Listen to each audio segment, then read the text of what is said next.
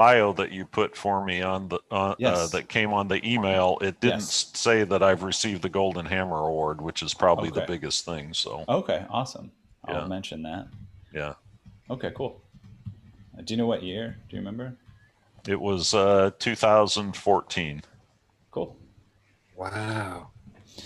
All right. Well, Time welcome. flies when you're having fun. No kidding, man. Welcome everyone to Piano Tech Radio Hour. It's good to see you Hey, all yet again, welcome. both here in Zoom and some of you out there on Facebook and YouTube.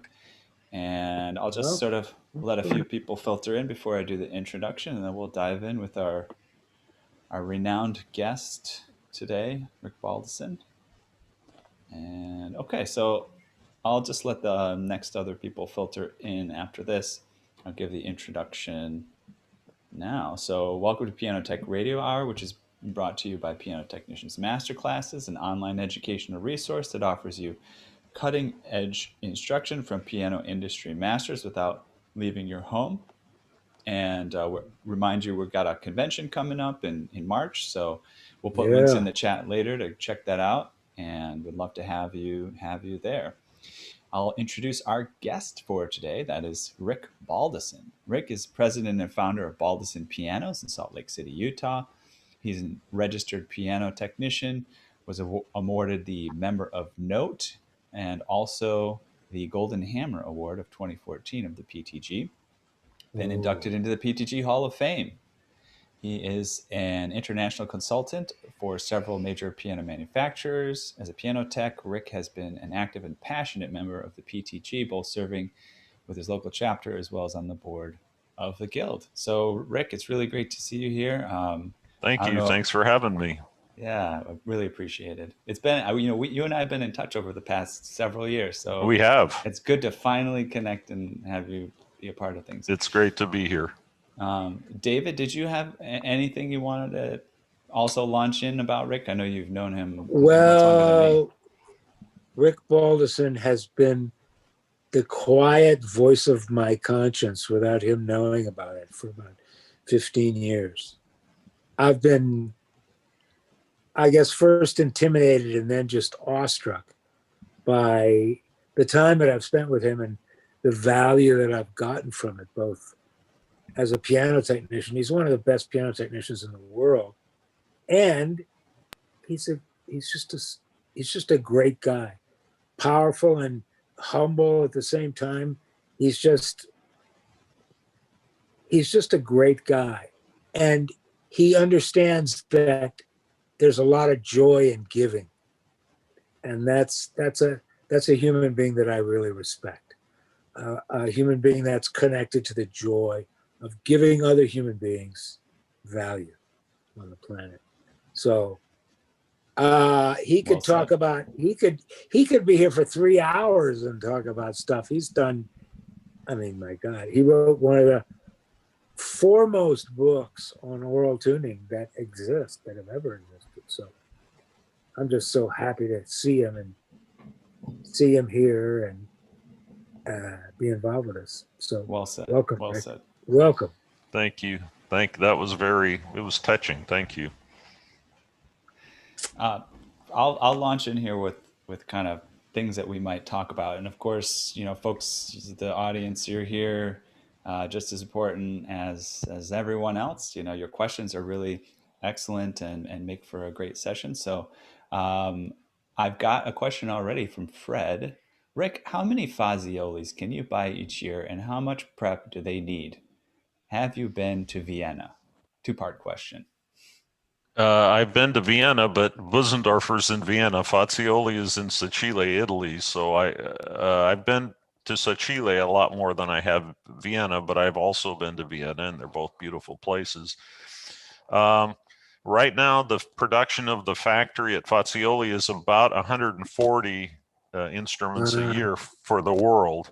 And so usually, if we can get 3 or 4 or 5, that seems to be our fair share. And they're wonderful instruments. I would say that they require probably the least of prep when they come out of the box, but because of the nature of the expectations upon them, they're always expected to be at the very highest level. And so from that standpoint, perhaps because of those expectations, they need the most prep, but not because of lack of finesse at the factory. I hope that answers your question. Sounds like a pretty good answer. I am curious, again, from my vantage point, I think other people might have a little bit more extensive knowledge of you. What was there a turning point in your career, or has it just kind of been a level progression? Do you see anything as a specific place where things change directions for you? I do, and it was it was the information that eventually became the On Pitch series in the journal that was later published as a book, and that material and commitment that I had to that material, and understanding that that it was something that was really needed, and that it would change the face of how people understood and saw aural tuning. That really launched my career. The beginning of my career is interesting because when I was in college at Brigham Young University, I had experience doing musical instrument repair, and so I was working on the basses and the cellos and violins and stuff, and but we didn't have a shop. But I soon learned that the piano technicians had a shop, and when you're working on stuff, you need drill presses and sanders and things, and they had them. Yeah. And so I became good friends with them. And one spring, they came to me and said, we are trying to restart the piano technician associate degree at Brigham Young. And we put in our application. We've been told by the university that we need 12 applicants to get the program approved. And we're willing, if you would be willing to put your name down as one of the 12 applicants. And I said, well, sure. I was about ready to graduate at that point, but I thought, what the heck? So a couple months later, they contacted me and said, well, we got the program approved. That's the good news. Now, with your permission, we'd like to remove your name from the list, because essentially I was a shill. Okay. I wasn't really looking to get into the program. Right. And they said, so we'd like to have permission to remove you because we have 19 applicants for the 12 spots that we have. Yeah. And I said, okay, fine, but let me ask you this. What number am I on the list? And they said, well, you're number 1 on the list. You're the first person we signed up. And I said, so then you're telling me, since I'm number 1 on the list, that if I want in, I'm in because I'm number 1 on the list. And they said, yes, that's true, but we need to know by tomorrow. And I was kind of at a place, I had just finished 5 years of school to get my music performance degree, playing the double bass, and I was a little bit burned out, and looking forward to maybe trying something else. But I thought, here I am, I'm graduated, I have a degree in music performance, and other than playing gigs in a rock band, I'm pretty much unemployed. And this maybe could be something, a career that I could be in a music related field and make a living. And so I entered the program and eventually graduated from it, although in the end, the university denied awarding me the degree because they have, universities always have policies, and I already had a bachelor's degree, and it was against their policy to award an associate degree if you already had a bachelor's degree. And so I have all the credits and I earned the degree. I just don't have the certificate. But anyway, that was how I got started. And the story of how the On Pitch series came to be is an interesting one. I wrote about it in the book, but I passed my RPT exam, I think in 1980, and shortly after I passed, my chapter told me, "Okay, it's your turn to present." Oh, quick interjection here. Okay. Careful with your mic when you touch it. Oh, you get a little bit of fuzz. Am I touching it, or yeah, is you were touching it like subconsciously. Okay, No I'll problem. touch this side. There you go. So where was I?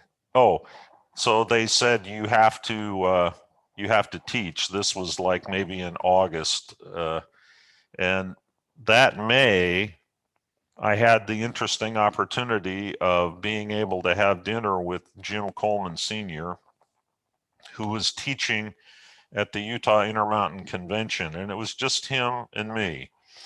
And he said, "Well, how are you doing?" And I said, "Well, I just passed my exam, but I'm, as a bass player, the bass of the piano doesn't sound right to me.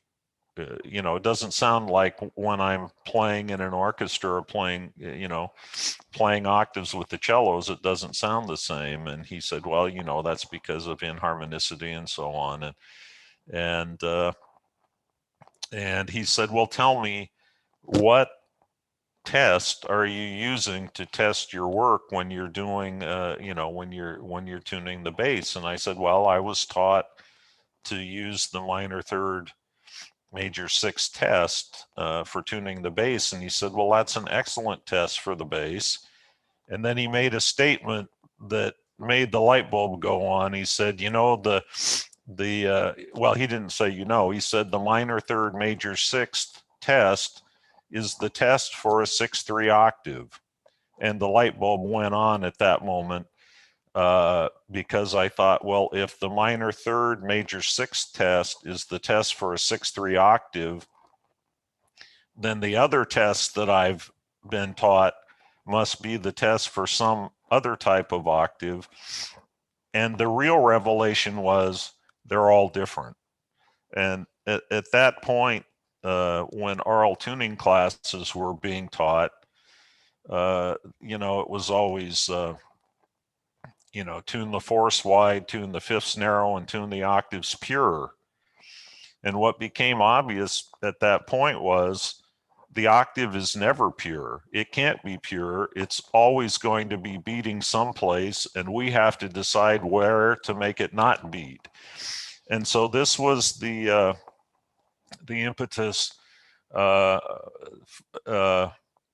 when I had to teach this chapter meeting. I thought, well, what the heck am I going to teach about? I've only been in the guild a year, and I just became an RPT, and these guys all know a lot more than I do. But I started thinking about the thing with Coleman, so I took a piece of blank paper and started drawing little keyboards and mapped out the interval tests that I knew, and determined which type of octave they were for. And I went and presented this at the chapter meeting, and my teachers at the that taught me at the university didn't have any idea about it. Nobody really did, and they were all, it was like they were all just eating it up. And so a short time later, I was in Colorado, and I had been invited to go to a Baldwin training session at Aspen, and Jack Krefting, who was he was the technical editor of the journal at the time, was the teacher. And so while I was there, I had the opportunity to show him my handout from this class. And he looked at it and he said, well, this is very interesting, but you can't just, we can't just publish a handout like this. You're going to have to write over several months and explain all of this. And so it became a series that was very well received. And then shortly after that, Jack asked me to be the tuning editor. So in answer to your question, you can see how in a very short time, this really springboarded my career. And interesting. And I mean, I don't know what to say. The rest is history. Yeah. It was first published, I think, almost 40 years ago. Wow. What was the year? 80 what? I'm trying to remember exactly, but I think the articles in the journal came out in about 82 or 83. So it's been 40 years. And to your knowledge, this is so deep. Let me cut in here real quickly. Save that question, David. A couple of things. Okay. One, for those on Facebook and YouTube, we're going to sign off. So if you really want to continue with us, hear David's question and continue, then check the link in the chat and you can join us. And I think Rick, the microphone, I think it's rubbing on your face a little bit. I don't know if there's a way to like pull it off. Yeah, there you go. There you go. That's better. I think it's good. Is it okay? Yeah, I think it's good. Okay, Yeah. David, right. Hit it with your question, and we'll let you guys continue. So, in your experience, was your class the first time that you had heard or that